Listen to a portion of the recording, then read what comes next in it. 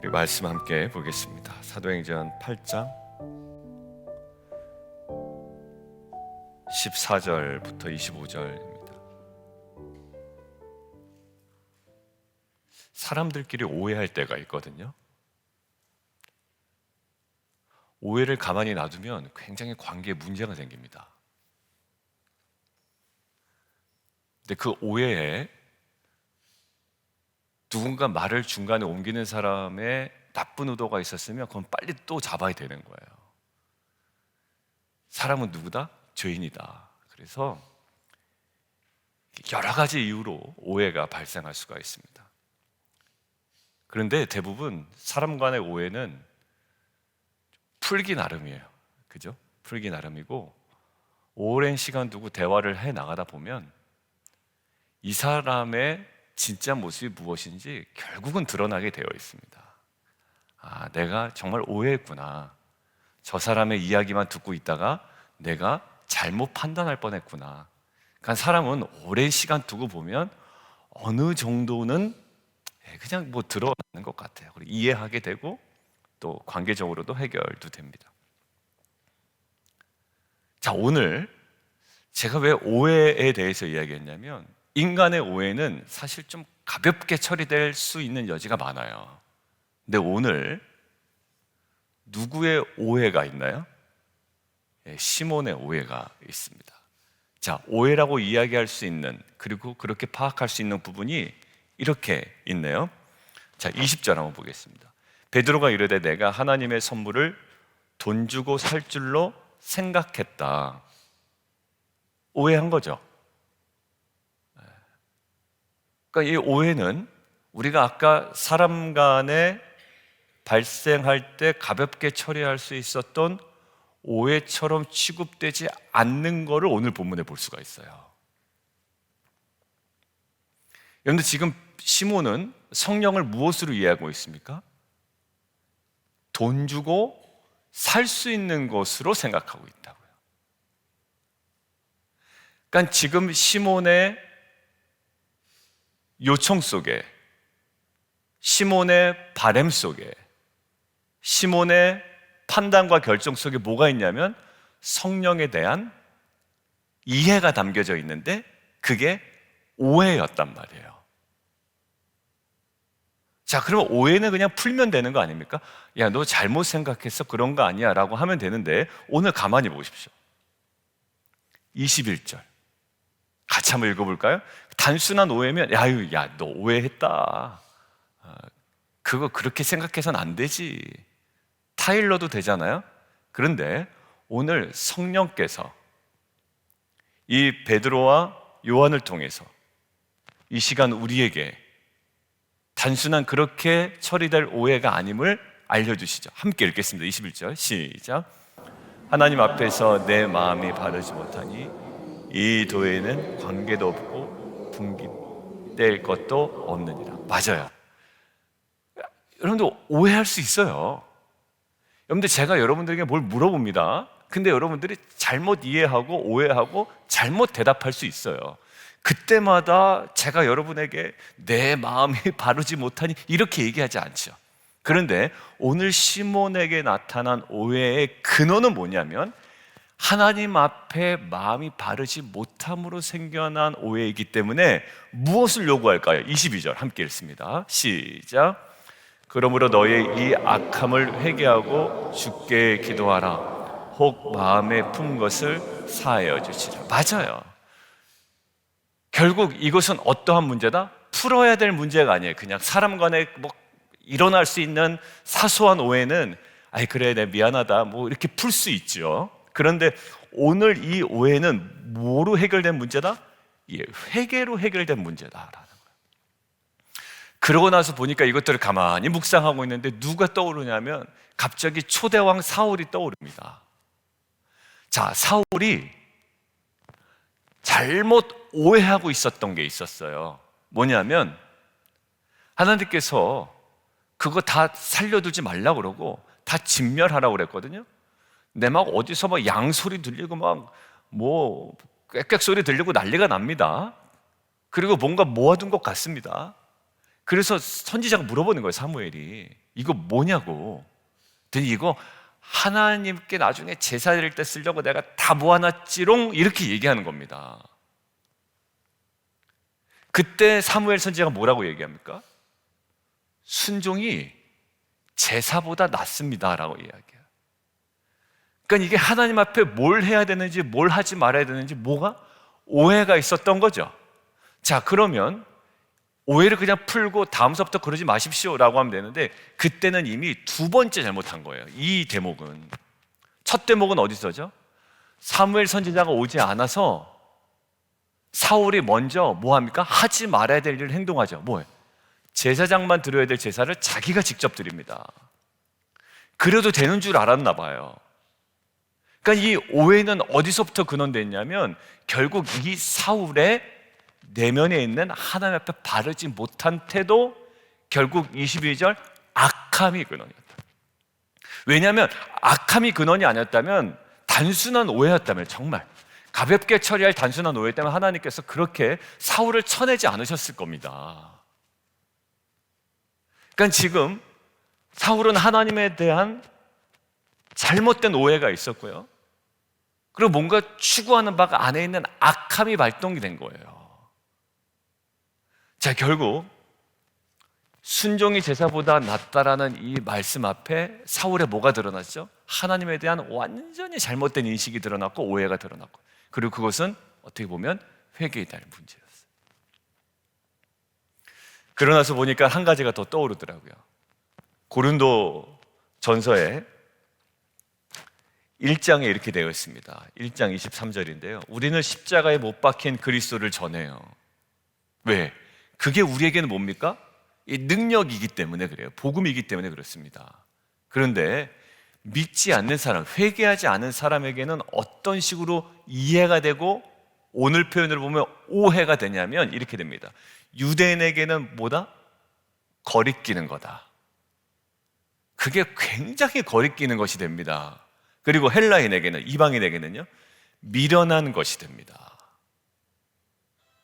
여기는 단순한 오해죠? 아니요, 오해 아니에요. 단순한 오해 아닙니다. 이것은 그들이 무엇을 느껴야 될까요? 회개해야 될 문제예요. 여러분들, 회개하지 않으면 이게 여전히 거리끼는 것이고요, 회개하지 않으면 여전히 그것은 미련해 보입니다. 여러분들, 우리가 십자가의 길 얘기할 때 누구에게만 이게 영광스러운 길이 됩니까? 진정으로 회개하고 주님을 영접한 사람에게는 십자가가 우리에게 영광이 되지만, 그렇지 않은 사람에게는 여전히 거리끼는 것이 됩니다. 투덜투덜 됩니다. 뭔 놈의 십자가 이렇게. 주일에도 제가 2부 예배 때 말씀드렸죠. 십자가 얘기하면 저한테 와서 불평하신 분이 있고 뒤에서 불평하신 분 계시다고. 예, 많습니다. 우리 어떻게 하기로 결정했나요?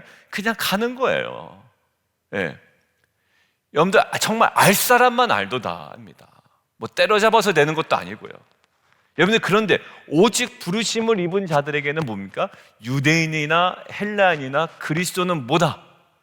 하나님의 능력이요, 하나님의 지혜다. 하나님의 미련한 것이 사람보다 지혜 있고 하나님의 약한 것이 사람보다 강하다. 여러분들, 이게 진정으로 오해에서 벗어난, 어떻게 보면 무지에서 비롯된 오해, 아니요, 더 심지어 나가면 악함에서 비롯된 오해에서 벗어나 회개하고 주님을 영접한 자가 누리는 진정한 영광스러운 모습인 줄 믿습니다. 그러니까 오늘 23절에 이렇게 돼 있는 거예요. 같이 한번 읽습니다. 시작. 내가 보니 너는 악독이 가득하며 불의에 매인 바 되었도다. 여러분들, 이거 단순한 오해 가지고 너무 극단적으로 얘기하는 것 같다고 느껴지나요? 아니요, 그렇지 않아요. 우리도 마찬가지입니다. 우리도 제가 오해했어요 라고 얘기하지만 사실 아니요, 우리의 정말 끈질긴, 어찌면 뿌리 깊게 자리 잡고 있는 죄성에서 비롯된 오해를 빙자한 거역, 오해를 빙자한 불순종이 있단 말이에요. 하나님은 이러실 거야 라는 거죠. 하나님은 이러신 분이야, 내가 뭘 그거 한다고. 여러분들, 그게 뭘까요? 다 아주 보면 사악한 죄성이에요. 사악한 죄성. 알면서 그게 어디서 비롯된 건지 알면서 하나님은 이러신 분이야. 내 마음대로 결정하고 내 육체에 원하는 대로 따라가고 그에 걸맞는 어떤 명분을 다 아무리 갖다 붙여도 뭘까요? 그것은 오늘 시몬 보십시오. 돈 주고 산단 말이야, 이것들을. 하나님의 선물을 돈 주고 살 줄을 생각하였으니 오해를 바로잡아가 아니라 악독이 가득하며 불의에 매인 바 되었으니 악함을 회개하고 주께 기도하라 라고 되어 있습니다. 오늘 목사님 이 말씀을 가지고 이렇게 이것은 저와 여러분에게 주신 하나님의 놀라운 영적인 기회임을 믿습니다. 단순한 오해가 아니라 악함으로 비롯된 이 어떤 무지에서 비롯된 이 영적 오해는 하나님 앞에 회개로만 해결될 수 있는 거예요. 아까 얘기했잖아요. 거리끼는 것, 미련한 것, 오해 풀어서 될 문제 아닙니다. 정말 회개하고 십자가를 받아들여야지만 해결될 수 있는 부분이듯이 사울이 진정으로 회개해야지만 해결될 수 있었던 지점이었듯 오늘 이 시간 우리에게 말씀하시는 주님의 음성에 따라 단순한 오해로 나이브하게 처리하는 저희가 아니라 이 베드로의 이 말씀을 통해 성령께서 우리에게 주시는 마음을 따라 정말 우리의 악함을 회개하고 주께 기도함으로 말미암아 사함을 얻고 새로운 눈이 열리는 저와 여러분 되기를 주님의 이름으로 축원드립니다. 아멘 했으니까 꼭 하셔야 돼요. 왜냐하면 24절에 자꾸 마음에 걸리는 부분이 있어서 그렇습니다. 시몬이 대답하여 이르되 나를 위하여 주께 기도하래. 이것까지도 기도해 달라고 얘기합니다. 여러분들 이 기도해 달라고 하는 거 막 짜증나죠? 이거 보면 여러분들 진짜 그럴 때 있습니다.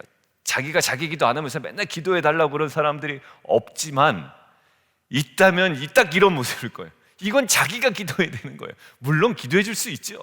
근데 정작 자기가 기도해야 되는 거예요. 자, 우리 아멘 했으니까 오늘 함께 좀 묵상 깊이 한번 해보시죠. 하나님, 오해에서 비롯된 나의 악함이 무엇입니까? 아니요, 거꾸로지. 악함에서 비롯된 오해가 무엇입니까? 그리고 회개될 것이 무엇입니까? 우리 함께 나아가는 저와 여러분 되기를 원해요. 자, 두 번째, 이 성령에 대한 인식이 전혀 잘못됐잖아요. 근데 성령을 온전히 받아들인 사람에게 나타나는 변화가 오늘 보입니다. 그것들을 비교해서 보려고 그래요. 누구냐면요, 오늘은 베드로가 아니라 요한입니다. 오늘 베드로와 요한인데 왜 요한만 봅니까? 자, 왜 보냐면 누가복음 9장 때문에 그래요. 누가복음 9장 53절 함께 보겠습니다. 자, 누가복음 9장 53절 함께 읽어보겠습니다. 시작. 예수께서 예루살렘을 향하여 가시기 때문에 그들이 받아들이지 아니하는지라. 이 54절 요거 이해하기 위해서 자, 51절 52절을 읽어야 되겠네요. 제가 읽겠습니다. 예수께서 승천하실 기약이 차감해 이제 십자가에 달리시기 얼마 남지 않았습니다. 그래서 예루살렘을 향하여 올라가기로 굳게 결심하시고 사자들을 앞서 보내시며 그들이 가서 예수를 위하여 준비하려고 사마리아인의 한 마을에 들어갔습니다. 자, 사마리아의 한 마을에 들어간 거예요. 사마리아에 대한 생각이 여전히 편견이 있었던 때였습니다. 근데 그들이 받아들이지 않는 겁니다. 자, 그때 제자 야고보와 요한, 여기 요한이 나오는구나. 그래서 이야기를 하는구나. 보시면 되죠. 자, 54절 읽습니다. 시작. 요한이 이를 보고 이르되 주여, 우리가 불을 명하여 하늘로부터 내려 저들을 멸하라 하기를 원하시나이까. 55절 예수께서 돌아보시며 꾸짖으시고 그리고 함께 다른 마을로 가십니다. 여러분들 지금 요한이요, 예수님과 함께 있을 때 사마리아에 대한 편견과 여러 가지 상황에 대한 이유 때문에 불을 내려 저들을 멸하라 하시기를 원합니까? 라고 할 정도였다고요. 이것은 요한의 이 발언으로 상징되는 사마리아에 대한 끊임없는 편견을 드러내고 있어요. 근데 이 끊임없는 편견이 사실 쉽게 없어지지 않습니다. 왜 그럴까요? 긴 역사를 갖고 있기 때문에 그래요. 여러분들, 일본에 대한 한국 사람들의 생각과 일본에 대한 전혀 상관없는 다른 사람 나라의 국민들의 생각과는 전혀 다릅니다. 우리는 가서 보면 뭐 맛있는 것도 먹고 일본 가면 친구도 있고 다 그렇습니다. 근데 뭔가 한국과 일본으로 대치되는 상징적인 어떤 관계 속에서는 뭔가 이렇게 갖고 있는 생각들이 있거든요. 그러니까 과격한 행동을 한다 안 한다의 문제가 아니고 그냥 느낌이 그렇잖아요. 여전히. 자, 사마리아는 더 그렇습니다. 우리가 느끼는 것보다. 왜냐하면 아수르의 침공으로 북이스라엘 멸망하고 나서 거기에 이제 사람들이 섞이기 시작했고, 그때 이후로 사마리아에 대한 편견이 아주 고착화되어 있는 상태입니다. 그런데 지금 어떻게 해요? 사마리아에 복음이 전해지고 그들이 침례를 받았다는 거예요. 여러분들, 그때 많은 학자들이 왜 성령이 내리신 일이 없나? 믿었는데, 침례 받았는데, 근데 여러 가지 이유가 있지만 결국 누구의 권위 속에 성령이 내리는 것을 유보해뒀다? 베드로와 요한이라는 사도의 권위 속에 성령이 내리는 것을 유보해뒀다. 하나님의 배려다라는 썰도 있습니다. 왜냐하면 그렇지 않으면 사도들이 언급되지 않고 사도들이 투입되지 않은 상황에서 지네끼리 뭐 했다고 막 이야기하면 어디에 인정을 못 받을까요? 예루살렘 교회에 인정을 못 받는 거예요. 야, 우리랑 상관없어. 니네들 이상한 거 아니야? 라는 거. 근데 지금 직접 누가 안수합니까? 베드로와 요한이 안수합니다. 그때 성령이 임합니다. 성령이 임하지 않았는데 믿을 수 있나? 그거와는 좀 다른 차원이에요. 나중에 이제 그 에베소 이야기할 때 한번 다시 이야기하겠습니다. 여러분들, 그러니까 지금 요한이 지금 어떻게 됩니까? 태도를 보십시오. 예루살렘의 사도들이 사마리아도, 보십시오. 표현 보십시오. 여기에 편견이 다 묻어나지 않습니까? 사마리아도 하나님의 말씀을 받았다 함을 듣고, 사마리아가가 아니에요. 사마리아가, 이거는 전혀 편견이 묻어나 있지 않는 표현이죠. 사마리아도, 약간 이런 느낌이에요. 여러분들, 성령을 경험한 요한입니다. 이제는. 그러죠? 성령을 경험한 요한이에요. 성령을 경험한 베드로예요. 그렇기 때문에 이제 뭐에 대해? 사마리아에 대한 편견이 조금씩 허물어지고 있습니다. 아까 성령에 대한 오해로 돈을 주고 사려고 했던 시몬과는 전혀 다르죠. 성령을 경험한 이제 베드로와 요한은요, 뭐에 대한? 이제는 그들이 역사적으로 갖고 있었던 편견마저도 무너지게 된 결정적인 이유가 됐다고요. 저는요, 한일 간의 관계, 남북 간의 관계, 그리고 사람 간의 관계, 장벽이 허물어지지 않을 것 같은 장벽이 있어요. 야, 저 사람과는 진짜 평생 가까이 못하겠다. 공동체니까 그냥 얼굴 보고 살지 평생 가까이 못할 것 같다. 아니요, 그런 거 없습니다. 그런 게 있었으면 에베소서에 내가 뭐를 헐었다? 모든 이방인과 유대인의 장벽을 헐었다. 막힌 담을 내가 헐었다. 근데 니네들 장벽을 왜 세우느냐? 예수님께서 정말 말씀하시잖아요. 바울을 통해서. 여러분들, 성령을 경험한 공동체는 뭘까요? 장벽을 허무는 공동체다. 사마리아도 하나님 말씀을 받았담을 듣고 어떻게 합니까? 베드로와 요한을 보내죠. 그리고 그를 위하여 뭐예요? 성령 받기를 기도합니다. 그냥 막 조사하고 따지려고 하는 게 아니라 그들도 성령 받기를 기도합니다. 그리고 안수함의 성령을 받습니다. 여러분들, 이것으로 인하여 이제는 이들이 뭡니까? 적대 관계가 아니라 하나의 성령의 공동체가 되는 거예요. 여러분들, 이것이 성령 받은 공동체예요. 돈 주고 사고 팔고 내가 능력을 받아서 누구보다 뛰어나게 되고, 이거 다 싸구려 생각이고요.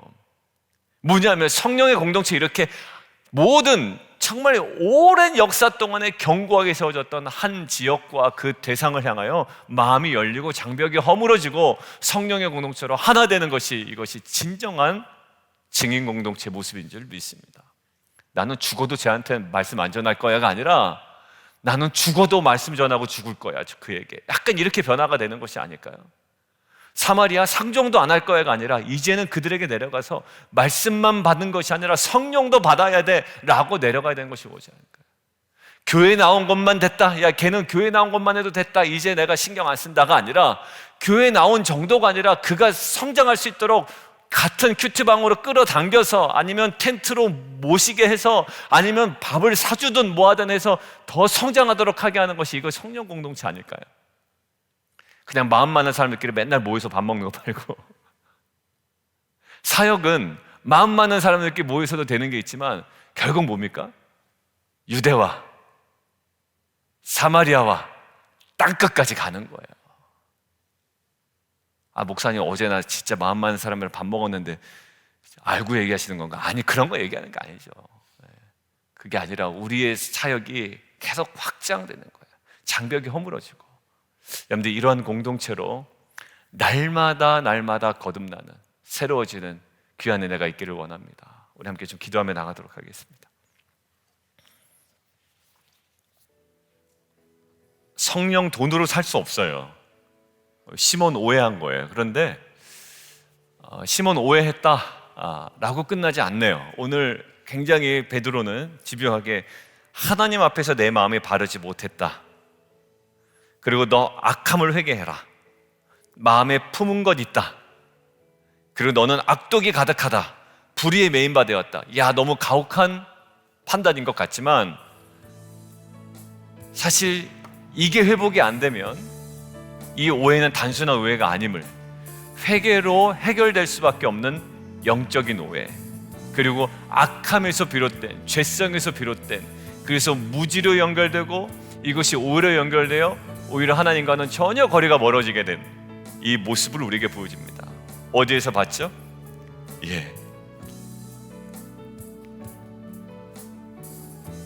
십자가에 대한 오해는 회개하지 않으면 보이지 않는 거예요. 여러분들, 그리고 아까는 나누지 않았지만 에덴 동산에서도요, 단순한 오해입니까? 내가 먹어도 되는 줄 알았습니다 라고 오해했다고 그냥 해결될 문제가 아니죠. 뭡니까? 이것은 죄에서 비롯된 거라고요. 먹어도 되는 줄 알았죠, 하나님. 여러분들, 그거는 아주 사악한 거예요. 먹어도 되는 줄 알게끔 한 그 뱀이 얼마나 교활한지 보세요. 여러분들, 정말 징글징글하지 않습니까? 그 뱀의 그 이야기. 괜찮아, 그래도 괜찮아, 너는 괜찮을 거야. 어디서요? 오해가 아니라 그 악함에서 비롯된. 우리가 오늘 이 시간 우리가 묵상하며 나아가기를 원해요. 그냥 단순하게 넘겼던 우리의 오해, 사람과의 관계성이 그럴 수 있어요. 근데 하나님에 대한 오해, 성령에 대한 오해, 십자가에 대한 오해는 우리가 철저하게 회개해야 됩니다. 왜?